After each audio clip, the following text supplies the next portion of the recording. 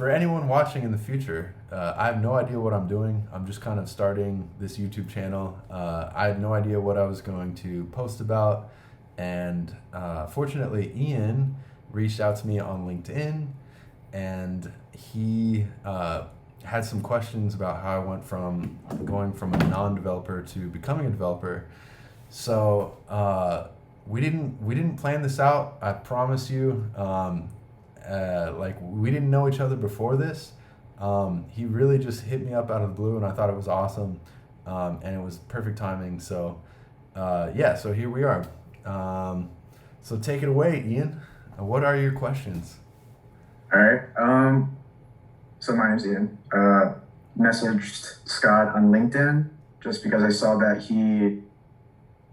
we have like a similar upbringing with going to Redlands and in a non-technical major. And I saw that he's made it to being a senior iOS developer, you said? Mm-hmm. Yeah, and right now I'm trying to do something similar. I majored in environmental science, um, graduated in 2019, moved to the Bay Area about 2 years ago. And yeah, I just decided that computer science was my thing. Downloaded Python, did the whole Hello World thing, and the rest is just like history, just been grinding. So I guess some questions. My first question I have for you is, I guess, could you tell me a little bit about your journey from being a music major to a developer?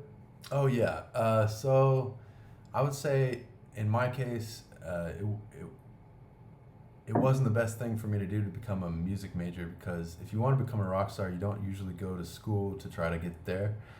So I studied music, and then I wanted to make some sort of app project, but I didn't know how to code, and everybody told me, "Oh, you can't code it yourself because you didn't go to school for that," and so uh, I just kind of said, okay, well then I'm gonna hire people, and so I saved I think $6,000 as a waiter, and then after saving that money, I hired somebody in California for $5,000, and this was a while back, and I had a friend who was a recruiter, and she helped me write the ad to find people, and a whole bunch of people applied, and then I chose the best one, and and basically I got ripped off. Somebody lied on the resume, Yeah. and basically swindled me out of I think $3,000 or $4,000 of the six, and I kept the rest. And he was kind of pushy about getting the money, but yeah, he was basically just trying to learn from zero on the job. And in hindsight, it's kind of like now I'm thinking like, oh man, $5,000, that's nothing for a project. Um, At the so time, that was a good chunk of change from whatever you have, maybe. oh yeah, I mean it's not easy to save $6,000 as a waiter. So Yeah. Wait, just like swindles you. So that's rough. yeah, Definitely. and not only and I mean it would have been better for somebody to say like honestly that's not enough for an app. Um, Mm. but but yeah, there are people that'll take your money. So anyway, then I tried to keep going. I saved up more money, and then I hired people from India, and that were working in India. And what I kept finding was that it was better than working with this person I worked with in California because if I'm getting swindled, at least it's not that with that many zeros behind it. Um, Yeah. so I learned a lot. I had developers work on the project, and they would get to a certain point. They'd probably get to like 80% done with the project, and then I'd ask for the rest of the features. And as they added one feature, other features broke. So then, and that just kept happening, and I realized, wow, this isn't going anywhere. So then I had to hire other developers, and then they'd look and they'd say, "Oh, this code is terrible. We're gonna have to delete the whole thing. We're gonna have to start from scratch." And then the same thing would happen with those people. So that happened for a few cycles, and while I was doing that, I think I was working. There was one point when I was like working three different waiter jobs or server jobs. Apparently, it's offensive to say waiter. I I never really Really? cared. Yeah, like I think server Where is is that? less offensive. Like server is a politer way to say it, but Server is worse than waiter, it sounds right? worse to me. But like that was what I was told, that it was preferable to say server, because So server you're sounds more like servant. But what's that? so you're making your way into tech way before you got like a actual like developer job. So you're working like a waiter as a waiter or a server. My bad. Oh, I don't. And you're Again, I don't care. you're hiring these people to build you an app. What'd you say the app was again? It was like a dating app. Dating app. I haven't talked too much about it. I think I'll probably maybe I'll dedicate a video to it, but yeah. So Like a Tinder, post Tinder. uh, I think it's post Tinder. Yeah, post Tinder. So let's see. So after that, that kept happening. So then I while I was being a waiter at 1 to 3 different restaurants, um, I met somebody who was a recruiter, and she just talked to me kind of randomly in the restaurant, and we hit it off, and then she asked me to come work for her, and then I was a commission-based recruiter, so I was hitting up tech people and developers as well, and I never made I don't think I no I didn't make a single placement, and but I learned how recruiters work and how recruiters find people, so we'll get into that for I think uh, one of your following questions, Yeah. because that definitely helped me out a lot, knowing how recruiters work. So okay, so I was a recruiter for I think 6 months, and then I didn't actually place anybody, so I didn't really get paid much. I think I like negotiated a base pay of $1,000 a month while I did it, um, so that uh, because I would have been I would have been empty handed. Like I think a lot of people don't realize how rough it can be as a recruiter, because if you don't make a placement, a lot of times you don't eat, kind of thing. So Yeah. um, Like that's how you get most of your income, right? yeah, like a lot of It- it's like 100% commission based. But I negotiated to get paid something, um, but yeah, it definitely sucked. It wasn't something. Yeah, it definitely sucked. So then after recruiting and being a waiter, I hit a low point in my life, and I was like, man, how hard can it be? Like, is it gonna, either at least if I'm gonna if I'm gonna try it, at least I'll be able to screw it up myself instead of uh, doing a job I hate so that I can pay somebody else to screw it up. and And I figured even if I don't do really well, I might still be able to get a job in it that would pay more. And that's a really important thing to keep in mind, is that the good enough factor is much better being a software engineer.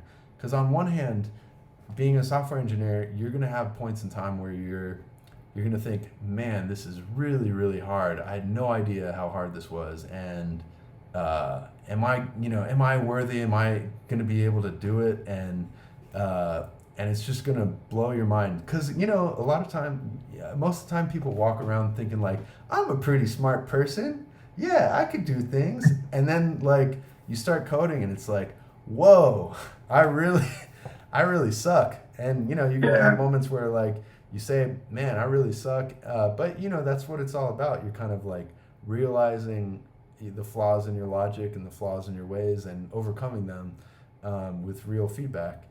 So that's kind of the process, and that's the beauty of it. It so that said, I will say that um, being a software engineer is easier than being a waiter as far as life goes, and the reason why is because of this concept where I call it the good enough factor. Uh, in order to be a good enough waiter to really make it and make a decent amount of money, you you have to be so effing good, like obscenely good. You have to be nearly perfect to make the kind of money that a really not so successful software engineer would be making as far as the landscape goes. Because you'd have to work your tail off probably 80 hours a week, maybe work multiple waiter jobs or server jobs, and you might wing it with almost 100,000. But you could be a pretty mediocre or not so successful engineer and be making 100,000 working 40 hours a week. And working too, so it's What's that? and working from home too, so you don't have to be like in office all the time. Like physical hours aren't necessarily translated to what you earn, I guess. It's more about what the work you put out. Whereas waiters, like you'd have to work 8 hours, you're getting paid this much, plus tips maybe, depending Definitely. on. Yeah, I definitely agree with that. Yeah, Yes. so that's why in a sense software development is easier than being a waiter because the good enough factor is favorable. Mhm. So let's see what. So then I got really frustrated. I hit a low, and I was like, okay, I better code it, do it myself. And so I signed up for General Assembly's first iOS bootcamp in San Francisco, and so I attended that, and then I I was job hunting after that, and then I wasn't having much luck at all, and then they invited me to be a TA for the second cohort for the iOS, the second group of iOS bootcamp, and then I just kept job hunting, and I think was it 8 months? Let's see. Okay, so 8 months since my graduating, the General Assembly bootcamp, I landed a job at PayPal, and so then I was working at PayPal, and before that I did a small tequila company contract, Nice. but yeah, PayPal was the big shift because that's really the hard part. After you get the first job, it's a lot easier because you know, having that on your resume, being able to say you have professional software experience definitely opens the doors Imagine it for. goes along like Yes, that. it's kind of like night and day. It's like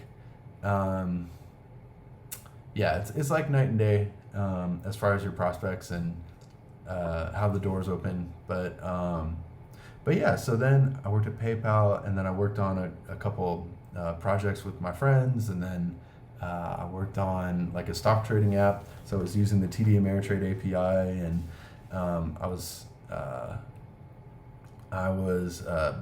automating trades, having a trading bot doing some trades for me, and then That was actually one of my too, as oh, a trading bot. oh cool, Really, okay.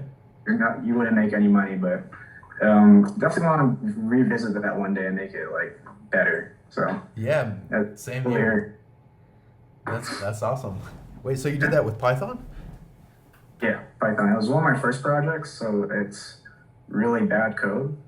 Oh, okay. But that was one of the first projects where I was like, I'm actually building things. I'm interacting with like these APIs, which I thought was such a fancy like concept. It's like, oh wow. But so I think that's the project that really hooked me.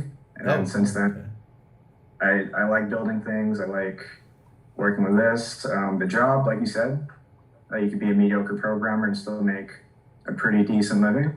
Yeah. So definitely check that box off for me. And like, yeah, I just thought it was a pretty good deal. But Yeah. yeah, that's When good I here. when I was at PayPal, there was an intern. I think he was making six figures, and I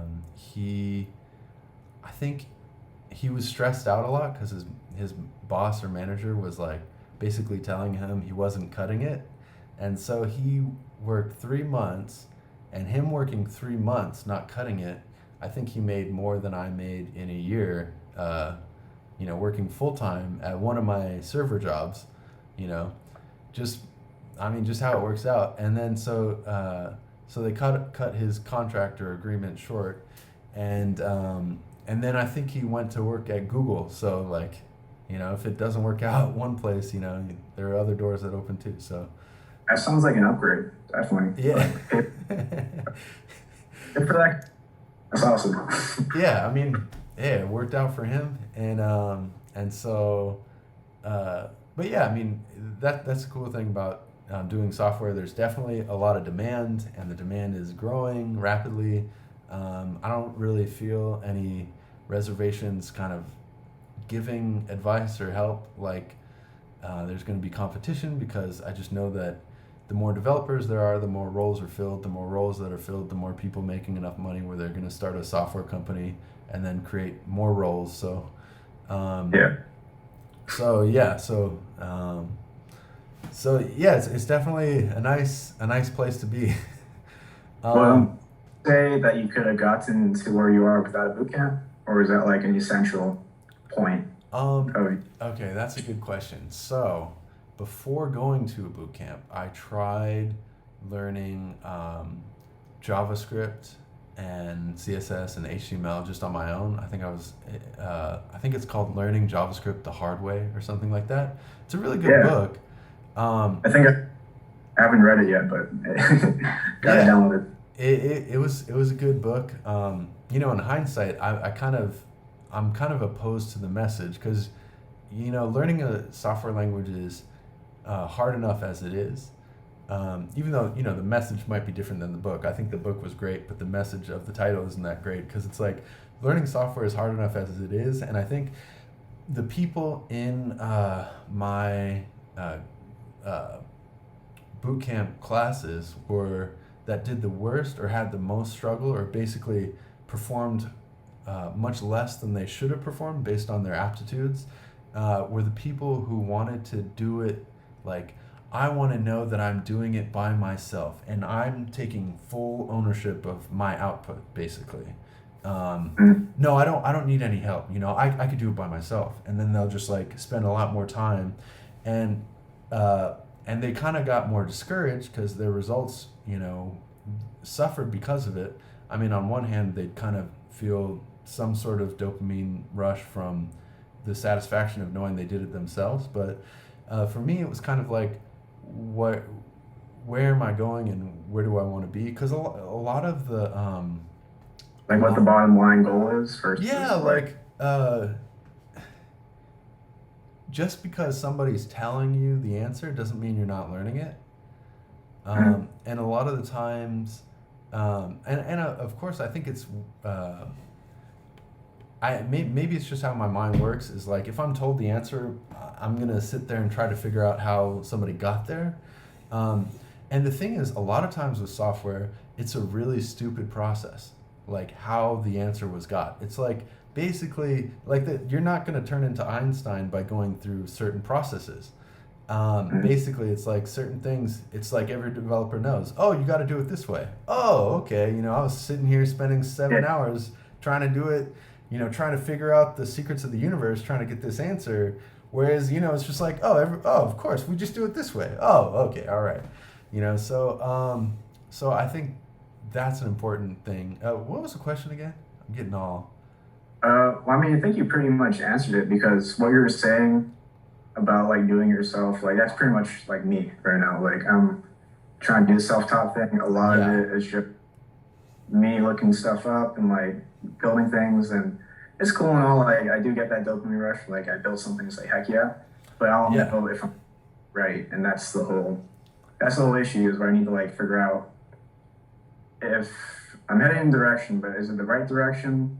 And am I putting in way more work than I need to? Like, could I oh just yeah, save a bunch of like months of time, which is like asking someone, or maybe just going to a boot camp and like what could have been like a year process turns into like 3 months work right. with the cost though, but might be worth it in the long run. Definitely. Yeah. So okay. So that was the question. Yeah. Could I have done the boot? Could I have gotten to where I am without the boot camp? I think maybe, but it would have been probably like 5 years later. Like Mm-hmm. it saved me 5 years probably. Um, which is huge, you know. Yeah, that's a lot of time. And not only that, you know what? I might not have been able to do it because, like, at the end of the 8 months, I was like in a suicidal headspace. Like, the week that I got the offer from PayPal, I was like in a really bad headspace. So, if I didn't have that kind of like behind me, then maybe things might have gone worse. I might still be a waiter. Uh, like, I might have just decided, oh, this is too hard for me or something, and not kind of gone through. So it's kind of a hypothetical thing, but if I had the fortitude to just keep working in spite of any negative self talk or uh, even like negative results, then yeah, I think it probably would have taken like 5 years longer. Just because when you're working through negative feedback, it's like you kind of go slower. It's like hard to get the same level of motivation, I think. Um, so I would definitely recommend a good boot camp for anyone interested in going through with it. Just because when you're starting out, you need there's kind of like an escape velocity that's needed. Uh, People um, to where, because the goal you want to get to is where you're working with software isn't kind of like a negative feeling type thing. Like, the switch is when it goes from, man, this is really painful, I really hate this, I suck at this, I'm not getting anything done. Like, I just spent 3 days trying to debug this stupid little thing that obviously every other developer seems to have under control because they produced XYZ result. From going from that to like, oh, this is cool, okay, I know what I'm doing, like, I'm feeling good, like, I know what I need to do today, all right, I'm going to do that, okay, I finished it, great, I'm gonna go eat some pizza or something, so getting from the first part to the second part, uh, you want to maximize the motivational kind of factors at hand for you. So, going to a boot camp, you see other people around you that are coding and trying to do the same thing that you're doing. And so, if they keep going, it's kind of like, oh, well, I should keep going too. And so you keep going, and then if they do something better than you, then you can say, okay, man, they beat me this time, but like, next time around, I'm gonna do it better than them. Or you might do something better than them, and you're like, okay, yes, this is awesome, I'm going to build on this success. Or you could kind of look at your past self and say, oh man, a week ago I wasn't able to do anything remotely like this, but now I can do this. And so I think it's important to kind of use any motivation that comes to you and maximize them as much as possible. And I think it's definitely worth the trade-off for my case, because I think General Assembly charged me what, like $15,000, and then when I was working at PayPal, it was a healthy six figures, going from, I don't know, $40,000 a year. So it was definitely worth it for me. Um, and Is the job after kind of a little more of a guarantee? Not really a guarantee, but is it like a good chance to get a job if you like put in the hours and you put in the work in the boot camp? Because that was like my whole thing too. Is what if you don't get the job after you just sunk like 20K in like a shitty boot camp? Didn't really teach the right things. That's not even the biggest expense. The biggest expense is your time, because I think anyone doing it should be open to the idea that it might take them 2 years of like really falling on your face, you know, just trying for it, for most people. But that said, I think it could be a lot shorter than that. Like, I think there was some promises. Certain boot camps promise like 3 months, and you'll get most people get a job in 3 months. But I think a lot of boot camps exaggerate that. Probably all of them exaggerate the outcomes that you'll get, or the average outcomes.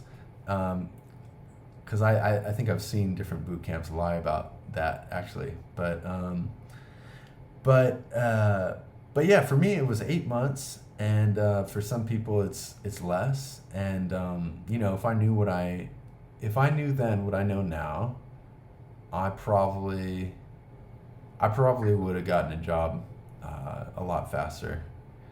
Because I think the biggest thing is what's Now that? you'd be a senior level developer already, right? What's that? If you knew then what you knew now, you'd be like a senior level developer already, right? Yeah. Well, there's that, but I just mean in terms of that 8 months, because that was really the worst part. Like you think when you're going through the boot camp that the boot camp is the worst part. Like realizing how, how far short your brain comes in terms of like doing software, or you might realize you're top of the class and you might kick butt. But I think for most people, it's even then for the people that are at the top of the class. See, that was the thing. There was one kid in my iOS boot camp that he was probably the best developer, but he had the mindset of like, no, I'm gonna do this all by myself. I'm not gonna take any help from anyone. And he wound up kind of fizzling out. I think he worked at a startup after the boot camp, and it was the worst kind of job, especially for him, because they kind of I don't want to say exploited. I don't think it's fair to say they exploited, but or took advantage of him. But I think mentally, maybe not like in terms of like money and you're doing work, because he could have quit, right? He didn't have to be there, so they're not really exploiting him like a slave or something. But they're he had the mindset of like, I'm not gonna let myself underperform ever, kind of thing. And so the result was he just burned out basically. He just and they were like happy to let him burn out on their watch. So they just like gave him tons of work, and like and we're happy to watch him spend all his hours doing software. And so that's not a cool thing. I think in those situations it's good to take a break, because I think people take for granted or underestimate the drain that happens from just doing software and sitting down. I mean, like if you're an outsider and you see somebody coding software, you might think, man, they're just sitting there typing on the keyboard. Like I could do that. Or that's how could you be tired? You've just been sitting there all day. But two things on that. I think they found out that who's the Bobby Fischer. So Bobby Fischer, apparently, he was a very lean, tall man, and apparently he was like burning the same calories that an Olympic swimmer would burn just playing chess, just going through his. Maybe it's an urban myth or something, but maybe somebody could fact check that for me. But I wouldn't. I'm not totally surprised. I definitely feel I get kind of somewhat of a workout just from like intensely coding sometimes. And it's not from my fingers working. It's more like I'm using a lot of brain power to try to put big structures together. And so I think it does burn calories, but that's crazy. I didn't know yeah. it's an Olympic swimmer like for Bobby Fischer or Yeah, I mean, it might be an urban myth. We'll have to fact check it, but yeah. And then another funny story is my friend in Florida was checking out the work of somebody cleaning the grout on the sidewalks, and apparently he did like a really good job. And he turned to me, he's like, "Damn, Scott, that's as hard as doing software. Look at that." Like I'm like, okay, like I have no idea what it takes to take the grout out of a sidewalk. I probably wouldn't guess that it's harder than software. Otherwise, all these grout cleaners would be doing software. But anyway, so yeah. So what was the question? I think we're still on the boot camp one. Oh, And I yeah, think would I you be did, where I am without the boot camp? yeah, I think you did Yeah. pretty well. So I guess next question is someone that is going the self-taught route. Because I Okay. think I'm going to a certain amount of time. If I'm still not where I need to be, then I'm going to go the boot camp route. Okay. But that's trying to do it self-taught. Like what kind of tips would you say? Like, is it kind of like a fool's errand? Is it possible? Because I always hear people say it's possible, but not much else than that. There's no like, you gotta do this. It's just, it's possible. Like, yeah. I'd say, I mean, obviously it's possible. The biggest hurdle for the process for you or anyone else or anyone going to a boot camp is, I mean, of course, learning how to do it for one, but then after that, I mean, because that's a given, but after that, it's passing the interview and convincing whoever's looking to hire you that you're not going to have a negative impact on the company. You're not going to introduce basically, and it's not even the negative impact of needing somebody's help, because a lot of the time, if you're respecting the person you're getting help from, you're not really going to be a drag on the team asking for help. And in fact, almost everywhere I've been, I think anytime I didn't ask for help, I think people were more likely to say like, yo, he's a new team member. Like, how, there's no way he understands everything he needs to know. And maybe sometimes it took me longer because of that, if I ever, resisted some urge to ask for help. And so like, usually I'm pretty fast to ask for help if I need it.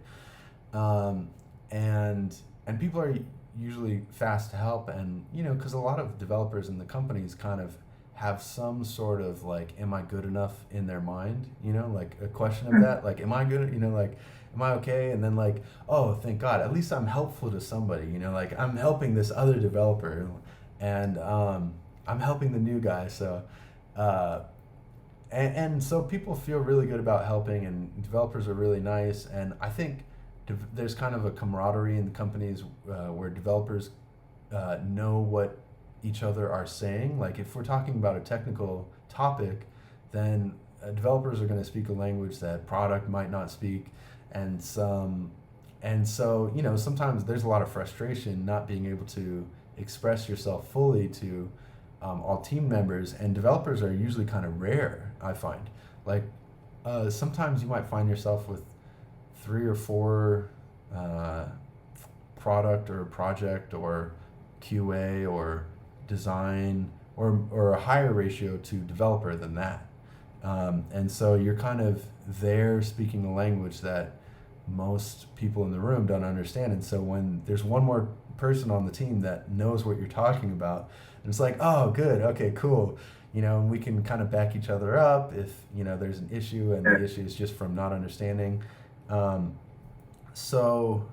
I need to write down your questions. I get too tangential. What was the question again? What advice would you have to someone that's trying to go to self-taught route without the bootcamp, and like Okay. in terms of getting a job, like is it possible? Well, in your case, I think the question is strategy, because you work at Tesla, right? Yeah, non-programming job. It's just really like Right. data labeling, but yeah. What do you mean by strategy? Well, yeah, in your case, I would make friends with developers, and then basically figure out what technologies Tesla's using, and try to figure out some low priority bugs that you could start fixing, because they'll probably be, I don't know if I don't know what Tesla uses. Maybe they use like Jira or Jenkins, or not I use Jenkins, Jira. They use Jira. Okay, cool. Yeah, then there might be like ask the developers for like make friends with some developers. Step 1. Step 2, ask for a low priority Jira ticket, and see if you could solve it. And with that kind of thing, of course you want to protect the security of the company, but apart from that, as long as you can protect it or the privacy of the company, I would ask for help. I would break it down piece by piece and try to see if you could solve this one little bug, and then learn Git and see if you can make a PR. And then after you make a PR, try to talk some developers into reviewing your PR. And then once it gets merged, then you're pretty much on your way there, So So pretty much figure out like a bug and do like developer work without the actual position, but like try to fix whatever bug it is. yeah, Yeah, for sure. Yeah, Okay. then you're, then it'll save. Uh, you'll be on record as having made a contribution to the code base, um, and then also developers might you're gonna have you're gonna have conversations with developers. So yeah, that's how it works. It's like, um, as a software developer, you don't want to. Well, in a software development team, you don't want anybody just willy nilly merging their code into the main code base, right? So there's Mhm. something called source control, where it gives developers an opportunity to have like an intermediary stage before code gets merged into the main code base. So with that, it's an opportunity for other developers to look at your code and basically tear your code to shreds. But with that said, when a lot of developers, when they make their first PR, and it gets torn to shreds by all the other developers, um, actually, or worse, no developer will even bother to look at it. Sometimes they're too busy, and your code is not high enough priority that uh, developers will take the time to look at it without you having to like chase developers around. Um, so that said, you should take it as the best learning opportunity, because really that's when you learn the absolute most from other developers. It's not from you doing your tasks in code. It's from feedback on your real code and their real concerns about how will affect the code base. And you really don't get that if you're not working at a company, and that's really what a lot of companies Mhm. are looking for. Like, have you had your code that's why after you've worked at a company, the doors open more, because they're like, okay, this guy's gone through the ringer. Like, his code will Right. have been sanitized by the feedback in his head that he's gotten in the past from other developers, basically tearing it to shreds. So that's kind of the hope of a lot of companies, that your code will be higher and higher quality the more you work at companies, as your code gets torn to shreds by other developers. So and and when I was at PayPal, there were times when I would be in my emotions about it. I would be like, man, this person's wrong about this. I'd get like defensive, or and of course that's and I usually would usually I'd say, wow, that was really good feedback. Like, let me go back and change it. Or sometimes it's like, oh, darn, like, man, I have a lot of work ahead of me because of all the feedback, or this feedback means I have to change everything I did. So that's another reason why it's good to actually talk with developers while you do it. But in your case, I would definitely make friends with somebody, and then that's a developer, and then just say, hey, just let me get one Jira ticket. Let me in there one time. I'm gonna get him, Rocky. And then and then spend as long as you need to spend. The challenge for you will be convincing the right developer to give you access, because like Tesla might have certain protocols for who's given access to GitHub, and that's actually kind of a pain point whenever you're a developer working at any company. Is it usually takes a long time to get access to GitHub for whatever reason. It's like a whole hassle. Um, yeah, so that's really your challenge. I would try to make friends with an engineering manager and tell him Actually, you're.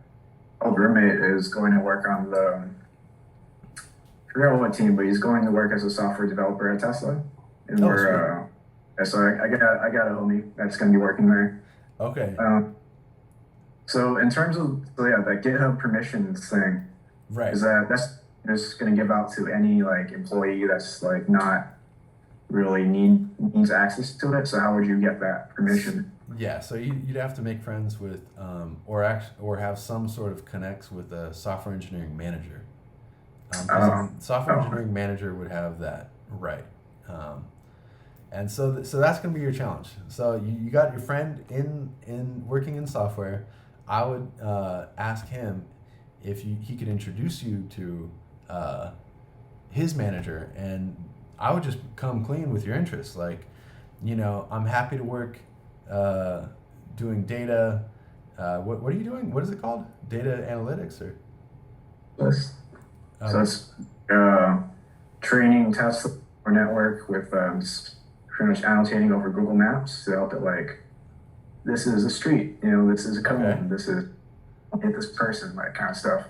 Cool. Uh, yeah, Okay. it's cool when you talk about it, but the actual work's It's kind of tedious dry. though, Uh, huh? but yeah, so that's why I've been trying to get into software engineering, definitely. Yeah, But definitely.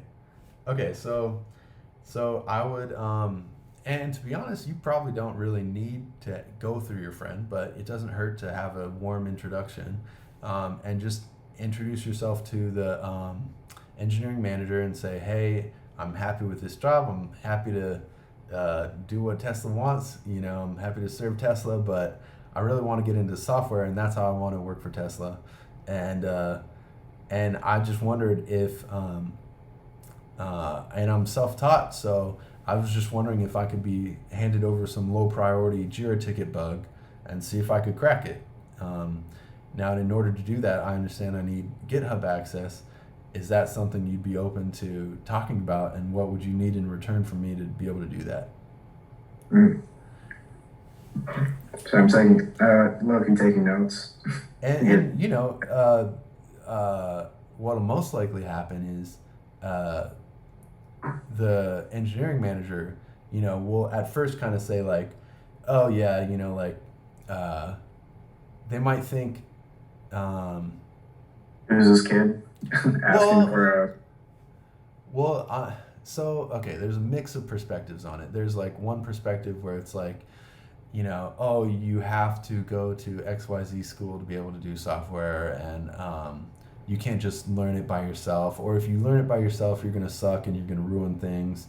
And then, or if you go to boot camp, same story. And then there's another camp where they're like, okay, yeah, we know like these 5 developers that work here, and they didn't go to school for it, and they kick ass. So I think with enough people encountering that, then they're open minded to it. But also, but yeah, I think.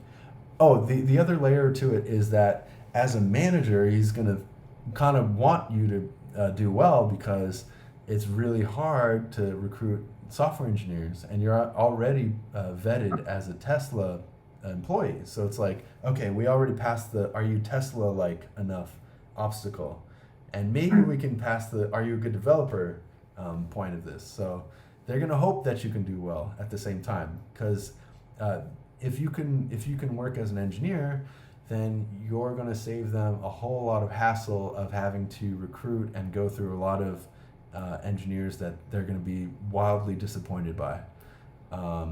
And so yeah, and you're already there, so it's like you can kind of bug them whenever you want if you wanted to. So in a good way, and that like, yeah, you could be persistent in a way that somebody who doesn't have access to Tesla can't. So yeah, I'm definitely gonna do that tomorrow. Actually, Monday. Pick sweet. up the. Um. All right. Next question I had. How did you figure out that you wanted to do iOS development? Like, how did you know that was your lane? You're gonna spend most of your time, most of your professional career working with iOS. Like, what was the thought process with that? For sure. So, when I was working on the projects as a waiter, it was an iPhone app idea, or it was a smartphone app idea, and I've always had. I think actually, I don't. I think when I was working on it, I didn't even have a smartphone for a while, um, but I know that more more of my friends seem to use iPhones, and I think there, at the time at least, there were more Android users, but there was more money being spent on iOS. Mm. So I was What kind of like, this? what's that? What year was this? No, I don't remember. Um, A minute. A little while ago. yeah, it was a while ago. You're like, man, this guy's old. Look at this beard he's growing. Let's see.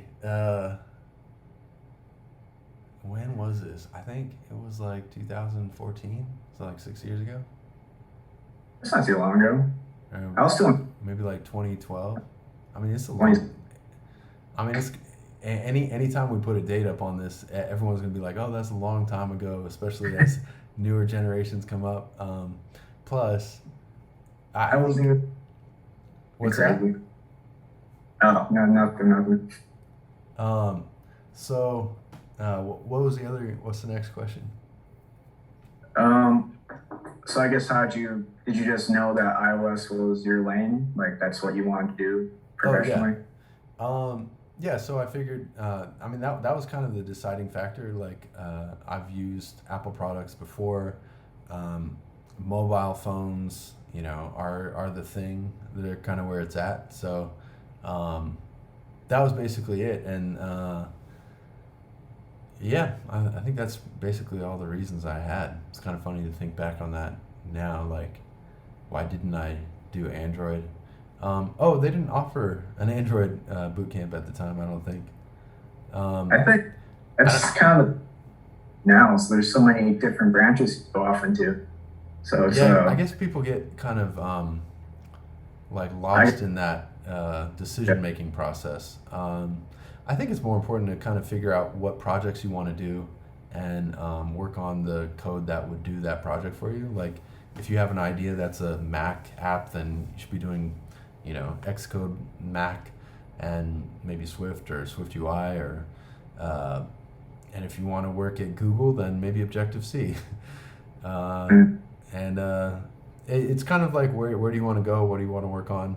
Um, is one consideration. Another consideration is that like certain languages are better or worse in certain ways. Like Python has a lot of support, but Python isn't really safe in a lot of ways as far as language goes. Also, it's not really set up to make mobile apps, though there are frameworks that can enable you to do that.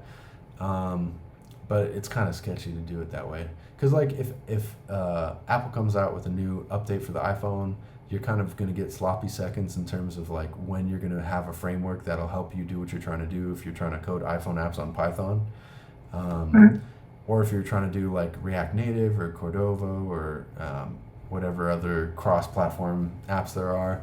Um, I think I think probably Apple will make its own cross-platform system that'll be better before um, React Native and Cordova really hash out all the issues. And I know there's like a few other cross-platform, but yeah, when I was starting out, I think I encountered a number of people that were like on Upwork. Oh, when I was hiring people, I noticed there were a lot of people on Upwork that were posting positions because I was just curious. I looked over on the other side, like I was client first, but then I looked on the other side and saw all these people posting. Uh, they're posting all these Cordova jobs because they had done like a crappy job with their Cordova. It's not even a crappy job. It was just like it's kind of a really tough framework to work with because there are weird bugs and the community's not quite the same, and there are all these stupid little things you have to do, and that's a problem too, where you can put in a lot of work for 90% of what needs to be done, and it'll be pretty easy, but then that 10% is really going to screw you over and take like twice as much time as the original 90% you did. So that's the thing with like certain cross-platform frameworks. But let's see, like Python had so that's those are also the other considerations. Like how big is the community? Like a lot of people using this software, and is it type safe? I think these are considerations a lot of people that are new don't really consider. Is that like is it type safe? Does it have a really great IDE that's going to support a lot of the things you're going to try to do, like Xcode? Um, so that's one thing I like about Xcode, and why if I were to do it over again, I would choose the same software I'm doing because I played around with Python and Go and uh, it, like I think part way to learn and get like your foot in or like dip your toe in the water, like just learn how like hello world, just print hello world. But I think what I've been hearing from other people I've talked to is And also what I've seen on Indeed, there's not a whole lot of like, there's a lot of data analyst positions that maybe require Python, but in terms of like software development, not a lot of Python jobs open up, at least in the Bay Area, from what I've seen. Oh yeah, I mean, uh, yeah, I haven't checked the stats for Python recently, but I think for most, I think Python's kind of going down in popularity. It had like a huge spike for a long amount of time. Actually, it's not going down in popularity. I think it might be going down relative to others, meaning that it's still going up in popularity. It's just like others are starting to pass it a little bit, you know. Um, but yeah, I haven't checked the stats on Python in a minute.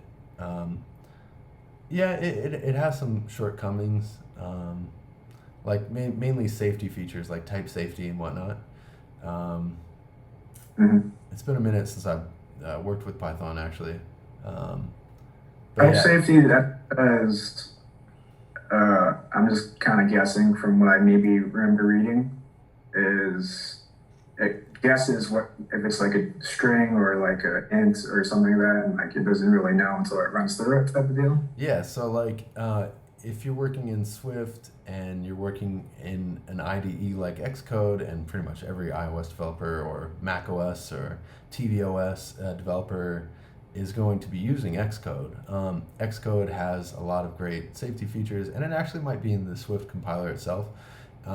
So like if you were coding Swift in plain text, like you wouldn't get these features, but in an IDE like Xcode, um, you could define a property and say, let's say, let cat,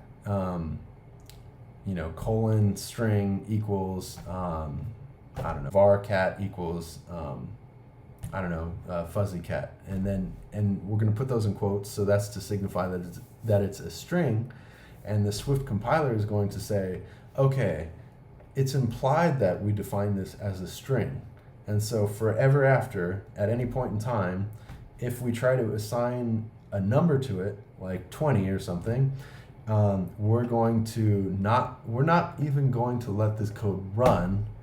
We're gonna throw an error, basically like a red banner that shows over your code, and say you can't assign this.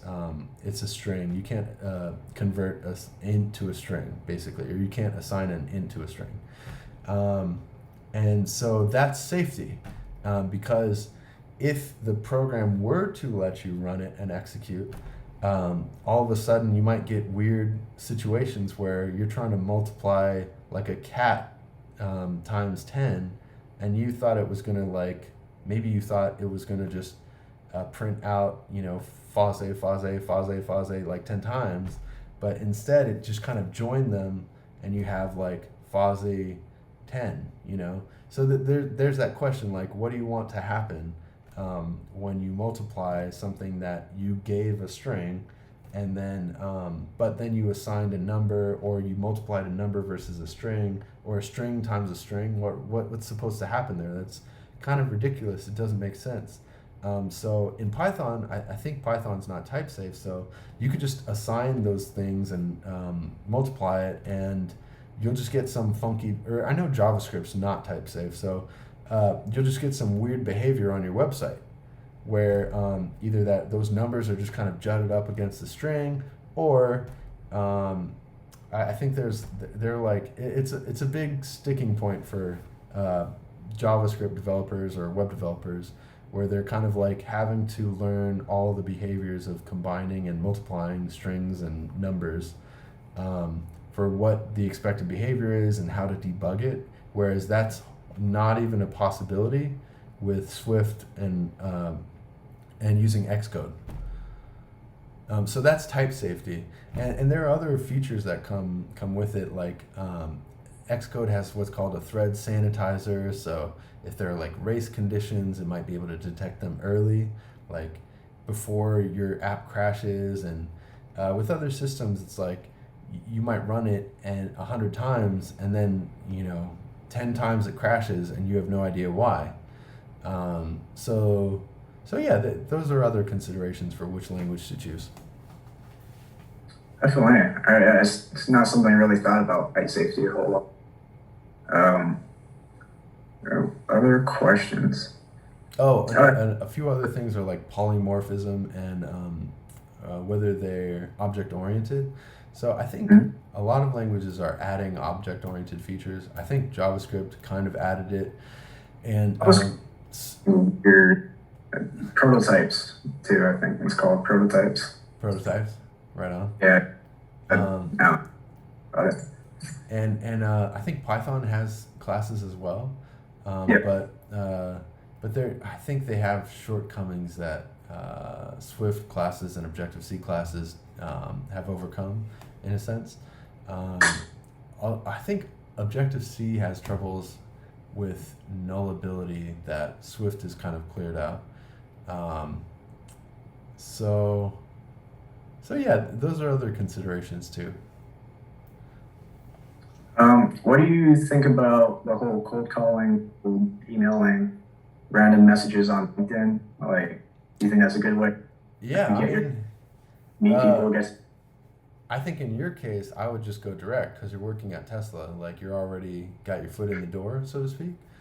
Mm, But for a lot of people, I think if you're having to cold call and email people, you're doing it wrong because, uh, and I mean, if it works for you, it works for you. I don't want to knock it, but it's not a matter of knocking it so much as like being efficient with your time because I think there are maybe hundreds of thousands, if not millions, of software developer roles that are going unfilled every year or something like that.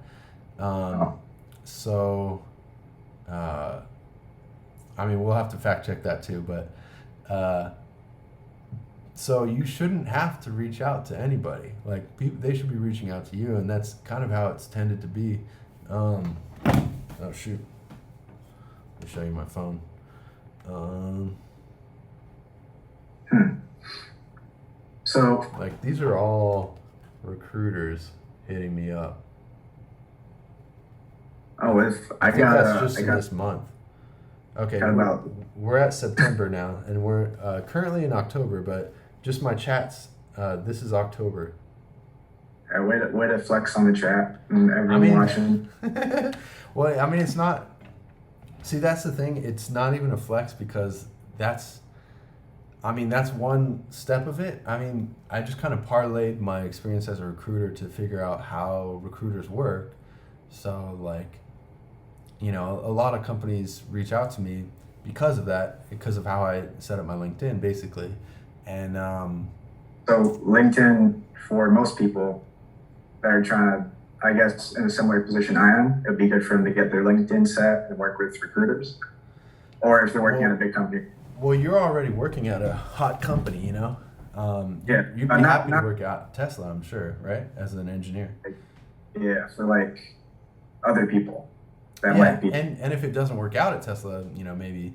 Um, but yeah, so for other people, or your second plan B, definitely working on your LinkedIn as like a starting point. And it's kind of like set it and forget it. Like I really haven't made any changes to my LinkedIn in I don't know a year or two. Or if I do, it's just to update my latest or second to latest position, basically. So, um, You added me though. Like, what made you make that connect? what's that? You added me though on LinkedIn, Yeah, for so sure. I was pretty fortunate because I was looking at boot camps literally the day before. Updated my LinkedIn and like I get this ad and it was like this guy that went to Redlands and it was like, oh, you went to boot camp and he did what I want to do. I was like, that's sick. All right, gotta message this guy. Yeah. Um, yeah. So I mean, it worked out for you because I mean, most of the time when recruiters hit me up, uh, that's gonna probably be a bunch of videos that I do just talking about recruiters. Um, but yeah, a lot of times when they hit you up, it's kind of how they do it is usually annoying, and but I mean, if you get so many recruiters hitting you up, it's kind of like white noise. But the thing to note about it is after you know what I know about LinkedIn and how to set it up, then it's really not the hard part getting the opportunities, the interviews. The hard part is just the technical interviews, and they're designed to be very hard. They're designed to weed out developers, and it's basically to defend the code base and make sure that whoever gets in isn't going to add code that's going to break things, basically, and at least not be a mess long enough for them to, or longer than it takes to figure out how to work in the company. So yeah. What was the question? Cold calling, networking. I asked what made you add me. I guess that was just. Oh yeah, for sure. Yeah, I mean, why not? Also at the time I was thinking of what I should do for my first YouTube video or first stream, and yeah. So when you hit me up, I was like, oh, perfect. That's what it'll be. This guy's gonna ask the questions for me. I don't have to think up the questions. They're gonna be real questions. They're gonna be sincere, and it's really what's on his mind. So it's probably gonna resonate with some people out there. So Got a lot of questions, definitely. Yeah, and honestly, like a lot of stuff you said, like I haven't really considered. So that's pretty good advice, I think.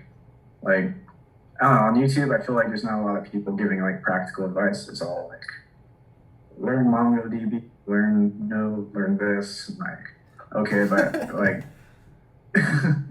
wait, like you cut out for a minute. What did you just say after MongoDB?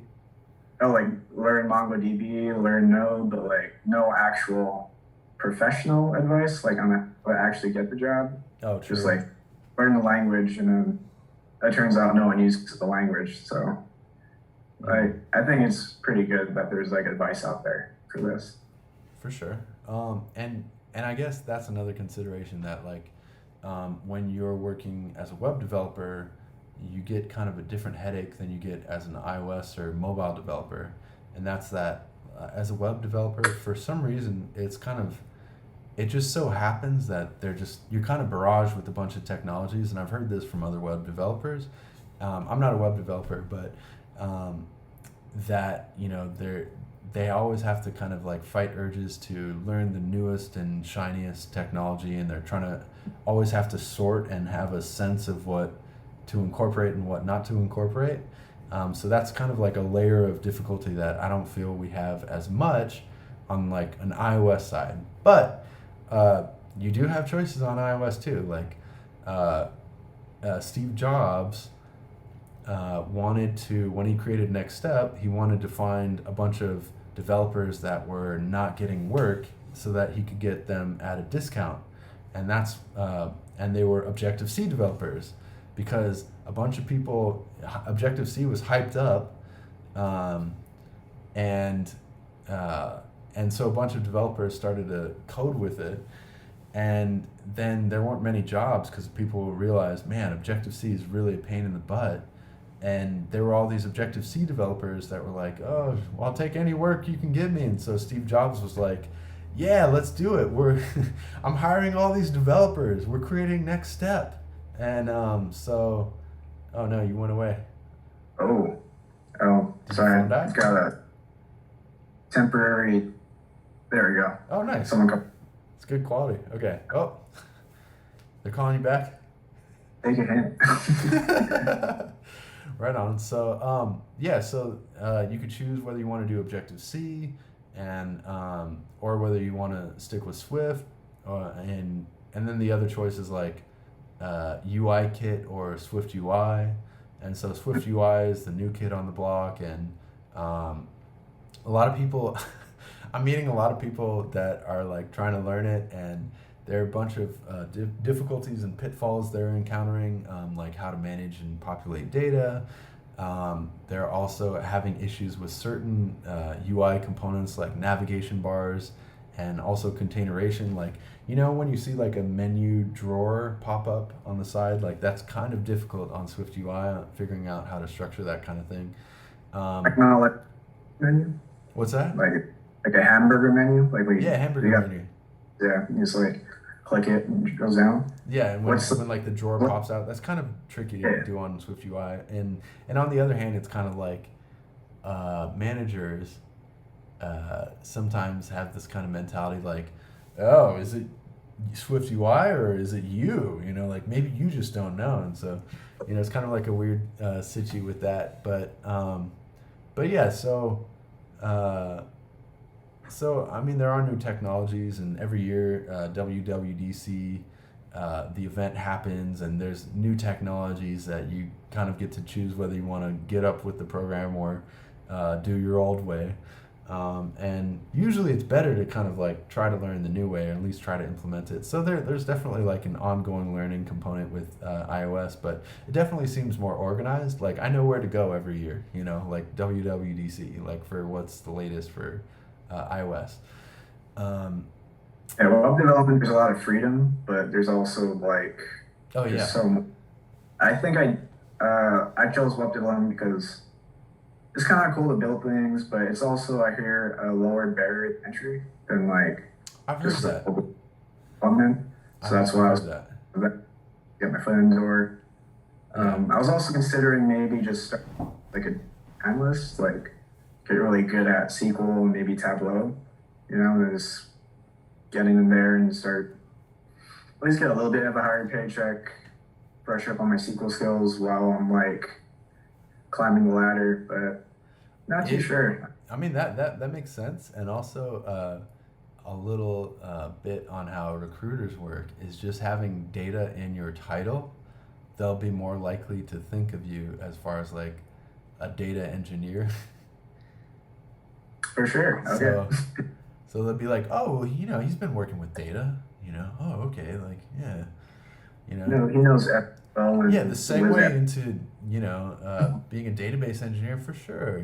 Like so yeah, it's kind of funny how recruiters work, and so because recruiters aren't really engineers, so it's kind of a daunting task for them because it's like how are they how can you expect them to know really what's a good engineer when it's already hard for an engineer to spot a good engineer.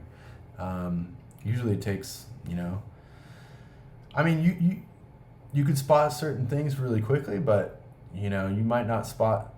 You're going to learn things about other engineers for I don't know a month to more of working with them. That you didn't notice the first interaction with them. So it's kind of a difficult task that managers and recruiters have, or really engineering managers, as far as vetting and doing these long technical interviews, because they're trying to like have you expose your problems as early on as possible instead of hiring you for healthy six figures and then learning like a month later that when you finally get GitHub access that you're only introducing problems or you're really really slow, like really slow. or you're just not kind of meshing and melding well with the team and nobody wants to work with you or something. And so so yeah, they're trying to figure out all those things. Um, but yeah, what was the question? What's the next question if I answered this Uh, one? I think I might be out of questions because I think you answered all of them and more. Yeah? Uh, Did we go yeah, through all of them? There were like 12. yeah. I think some questions I asked, you asked kind of went into other questions, Oh, I and like like, answered them by like uh, talking on about another one or something. yeah. No, I mean, it's good though. You know? Okay, let me see. One thing, so something that I'm not sure if I'm doing the best job at, but keeping things efficient, I guess, taking like the shortest, most effective path rather than the hard way. Yeah. Sounds like that might be a coding bootcamp, might be the easiest solution to that. Do you I know? think so, but honestly, if you could get your foot in, like, I mean, okay, so that's a good question, and I think it might have been one of your questions too. Is like, where do you kind of, when do you choose to do just enough in order to get the job done, and when do you like learn a whole bunch of things that you might need in the future, basically, right? Um, Yeah. so in a boot camp, they usually try to design it so that a high percent of what you encounter is going to be used, and a high percent a high percent of what you cover is going to be used, and a high percent of what you encounter is going to be taught. So that's their goal. Whereas, I don't think that's always the case with uh, like college, like doing a CS degree. I think a lot of the stuff that people learn, they're like, okay, this is kind of important for certain edge cases, but they may never encounter a lot of those edge cases. Um, that said, like a lot of it's really good stuff, and and having not gone that route, I've definitely explored those areas. You know, like my boot camp didn't really cover multi-threading very much, or what race conditions are and how to stop them, and concurrency, and like bit manipulation. Fun stuff. Usually, if you're feeling the need to do bit manipulation, you're doing something wrong, at least in higher languages. But I mean, concurrency's definitely been helpful. So also, there were some weird bugs I encountered when I was at PayPal, where I found myself like buying a compiler book. Modern Compiler Design is what it's called. Wow. Grunewald. What'd you do at PayPal? I was an iOS engineer. I was engineer at PayPal. Okay, for sure. Yeah. So yeah, like I bought a compiler book on compiler design, and maybe it would have saved me some time having gone to a CS degree. I would have just known about it. But then again, like I think a lot of people on my team didn't know the answer too, and they had CS degrees. So sometimes they're just hard problems that it's you find yourself solving them in the trenches, so to speak. But yeah, so that's definitely happened all throughout my software career so far. It's like I encounter a CS major, and I might at times know more about a certain CS topic than they do, just because I needed to know it. Whereas when they learned it, they didn't really need to know it. They were just getting a grade. So, so the question, I think, as much as possible, you should try to do just enough to get what you're trying to accomplish done. Like I don't. So that was the other shortcoming of the developer in the boot camp, that he was like the best developer in the boot camp, but he kind of flamed out, burnt out, because he felt like he was inferior in some certain way, and so he kept trying to go down these rabbit holes where he was trying to learn this topic that he doesn't really need to know it right now, and he might never need to know it, but he felt like he needed to know it for some, just for some sort of ego reason, basically, in the end, or to satisfy some fear about not knowing enough. So that's why I'm saying in your case, I would just try to solve a bug, and then solve another bug, and then before you know it, you get a feature, and then you're working on a feature, and then you have you work on a few more features, and then before you know it, you're like architecting something. And I would recommend that, especially since you work at Tesla. So and I think you're probably not the first person to do that. Like I think I've heard of people kind of going that route where they just pick up software engineering. And in fact, I think the early software engineers, there wasn't a CS degree that they could take. So there were people working at these companies or tech companies, and there's like, and the company would say, we have this new computer. We need you to, oh shoot, are you there? Yeah, can you see me? Yeah, I can see you. Sorry, that ended the stream for a second. So they're like, we have this new computer. Nobody knows how to work on it. Can you code on this thing? Like, we need somebody to do this. And so the employees were like, okay, we'll just figure it out, and they just went to work on it. And I think that's an important thing too, to be kind of forgiving of yourself and just understanding that you're gonna screw things up royally, and that's okay, because that's part of the process. And a lot of times you're not gonna understand something right away. Oh yeah, that's the thing too. Like going through life, if somebody explains something to you, usually you're not going to be explained anything that. Sorry. There's somebody walking up. Oh, there's a trick-or-treater. Oh, that's awesome. Yeah. Halloween. Happy Halloween. Yeah, right? Happy Halloween. Usually Yeah. you're not going to. What time is it? 5:30. Oh, shit. I'm running late. I got to go. All right. Well, I appreciate the advice, man. That was some pretty good advice. Yeah. Maybe next time we do this, hopefully it'll be beginner developer asks a senior developer. Sure.